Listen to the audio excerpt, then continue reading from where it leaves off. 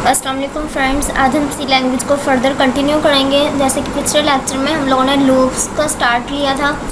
आज हम while loop के बारे में देखें कि वाइल लूप जो है ये किस तरह से वर्क करती है और इसका क्या रोल होता है सी लैंग्वेज में। अगर आप लोगों ने मेरा पिछला लेक्चर जो है अटेंड नहीं किया तो ये लेक्चर लेने से पहले आप लोग पिछला लेक्चर जो है अटेंड कर लें, ताकि आप लोगों को एटलीस्ट लूप की जो डेफिनेशन है, लूप होता है क्या है, वो क्लियरली समझ आ जाए। वाइल लूप जो है ये सी लैंग्वेज का सबसे सिंपल लूप होता है और इसमें एग्जीक्यूशन जो है वो कंडीशन के बेस पे होती है।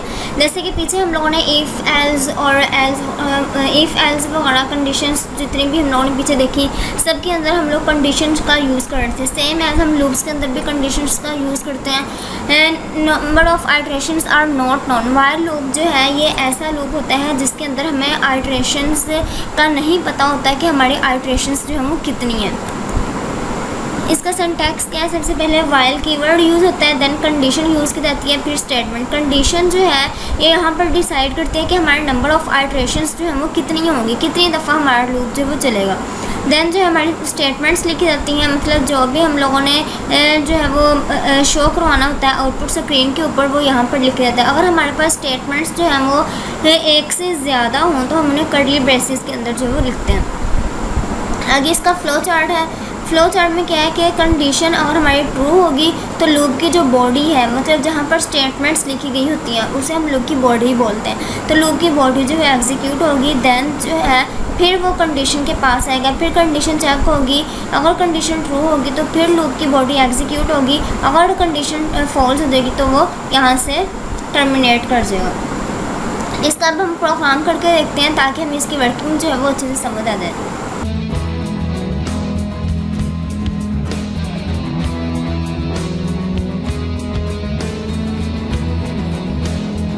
इसका एक प्रोग्राम है, इसे पहले रन कर लेते हैं ताकि इसके आउटपुट जो है वो भी हमारे सामने रहे।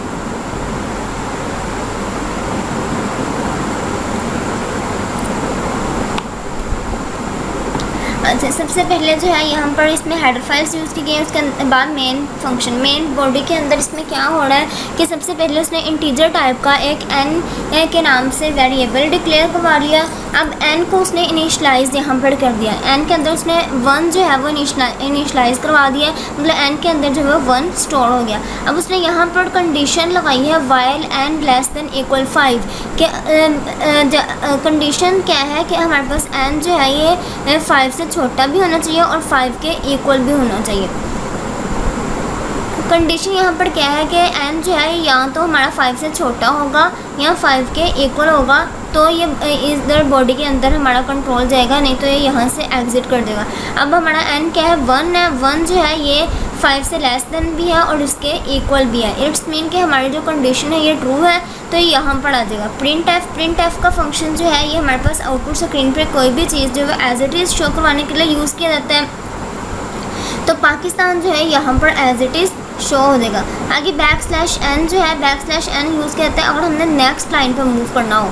नेक्स्ट लाइन तो हमारा कर्सर जो है वो यहाँ पर आके मूव हो जाएगा। अब नेक्स्ट जो है इंक्रीमेंट ऑपरेटर यूज़ किया गया है n++। का क्या मतलब है कि n के अंदर जो है 1 इंक्रीमेंट हो जाएगा कि n के अंदर जो भी वैल्यू उसके अंदर 1 जो है प्लस कर दिया जाएगा। n के अंदर हमारे पास क्या था? 1 था। 1 के अंदर 1 प्लस किया जाएगा तो n के अंदर क्या हो जाएगा? 2 आ जाएगा। अभी यहाँ से वापस जो है यहाँ पर दोबारा से कंडीशन पे आएगा, यहाँ से ये एग्ज़िट नहीं करेगा। यहाँ से जब वापस ये कंडीशन पे आएगा तो यहाँ पर आकर दोबारा से ये कंडीशन को चेक करेगा। अब कंडीशन क्या होगी? n की वैल्यू क्या है? अब 2 है। 2 less than equal 5। It's mean कि हमारी कंडीशन जो है वो ट्रू हो गई। अब फिर दोबारा से वो यहाँ पर आएगा, फिर दोबारा से वो पाकिस्तान प्रिंट करेगा। अब फिर _n। इस तरह से ये तब तक चलता रहेगा जब तक ये कंडीशन जो है ये फॉल्स नहीं हो जाती, मतलब जब तक हमारा यहाँ पर n जो है वो 6 नहीं हो जाता, क्योंकि 6 जब होगा तो ये ना तो इससे छोटा होगा और ना ही इसके इक्वल होगा। तो तब जो है ये यहाँ से इधर get_ch के पास आ जाएगा और हमारा प्रोग्राम जो है वो टर्मिनेट हो जाएगा।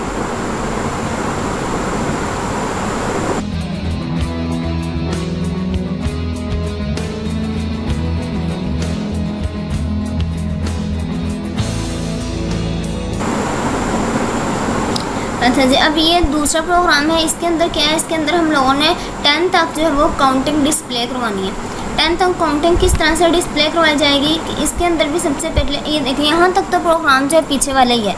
अब यहाँ पर कंडीशन इसमें बस चेंज हो रही है। कंडीशन क्या है इसमें कि n लेस देन इक्वल 10, कि n जो है ये हमारे पास 10 से छोटा भी होना चाहिए और इसके इक्वल भी हो।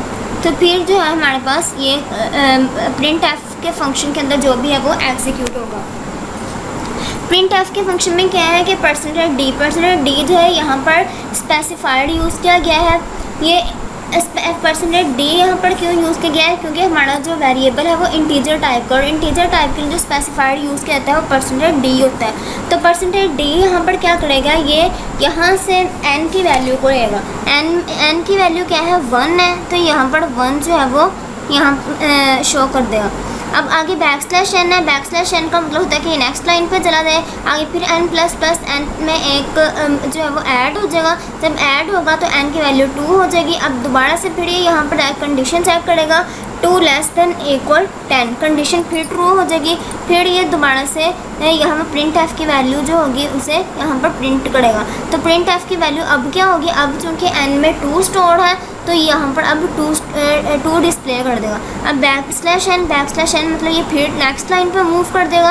अब फिर जो है n में प्लस कर देगा। पहले 2 थी n की वैल्यू, अब जब उसमें प्लस होगा तो उसकी वैल्यू 3 हो जाएगी।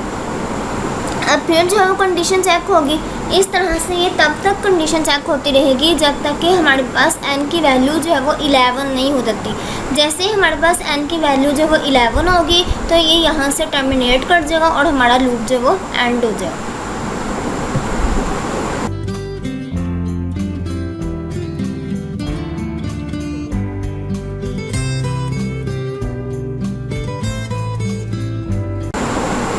अच्छा जी, अब इस प्रोग्राम में क्या है कि इस प्रोग्राम में हमने पहले 5 नंबर्स भी शो करवाने हैं, मतलब 1 to 5 नंबर्स भी शो करवाने हैं। और उसके बाद जब नंबर शो हो जाएंगे 1 से लेके 5 तक, तो उसके बाद इन सबको सम करके भी डिस्प्ले करवाना है।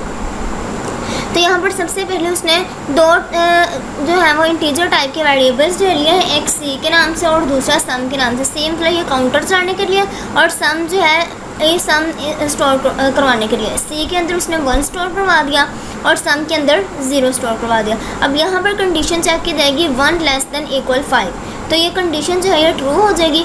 जैसे कंडीशन ट्रू होगी वो यहाँ पर प्रिंट एफ के पास आएगा। प्रिंट एफ क्या करेगा, परसेंटेज डी जो है ये सी की वैल्यू को लेगा।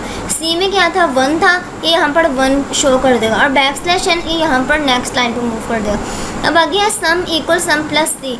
सम में क्या था, 0 था और सी में क्या था, 1 था। तो 1 + 0 1 जो है ये जाके इसमें स्टोर हो जाएगा, सम के अंदर जाके स्टोर हो जाएगा। सी प्लस मतलब सी के अंदर जो है 1 ऐड कर दिया जाएगा।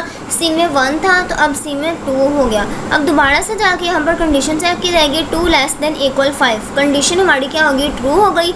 अब यहाँ पर दोबारा से ये वाली स्टेटमेंट जो है एग्जीक्यूट होगी, मतलब सी की वैल्यू दोबारा से यहाँ पर डिस्प्ले की जाएगी, तो 2 यहाँ पर डिस्प्ले कर दिया गया। अब नेक्स्ट जो है फिर सम में सी की वैल्यू प्लस की जाएगी। सम में अब क्या था, 1 था, अब 1 में हमारे पास क्या प्लस किया जाएगा, 2 प्लस किया जाएगा। 2 + 1 3, अब सम की वैल्यू क्या हो गई, 3 हो गई। अब फिर सी के अंदर इंक्रीमेंट होगा, सी की वैल्यू पहले 2 थी, अब सी की वैल्यू क्या हो जाएगी, 3 हो जाएगी। अब दोबारा से फिर यहाँ पर जाके कंडीशन चेक की जाएगी 3 लेस देन इक्वल 5, कंडीशन फिर ट्रू हो गई। अब फिर दोबारा से ऐसे ये तब तक चलता रहेगा जब तक कि हमारे पास यहाँ पर सी की वैल्यू जो है वो 6 नहीं हो जाती। जैसे सी की वैल्यू 6 होगी, कंडीशन हमारी लॉन्ग होगी, यहाँ से लूप से बाहर इस स्टेटमेंट पे आ जाएगा। अब इस स्टेटमेंट पे क्या होगा कि प्रिंट एफ सम इज़ इतना सम इज़ तक तो यहाँ पर एज इट इज़ प्रिंट होगा। बाद परसेंटेज डी जो है सम की वैल्यू को प्रिंट करेगा। सम की वैल्यू जो है वो यहाँ पर 15 होगी। फ्रेंड्स, आज के लेक्चर में इतना ही। अब नेक्स्ट लेक्चर में हम डू बाय लूप के बारे में पढ़ेंगे और उसकी वर्किंग देखेंगे, उसके प्रोग्राम्स एग्जीक्यूट करके देखेंगे। तब तक के लिए अल्लाह हाफ़िज़।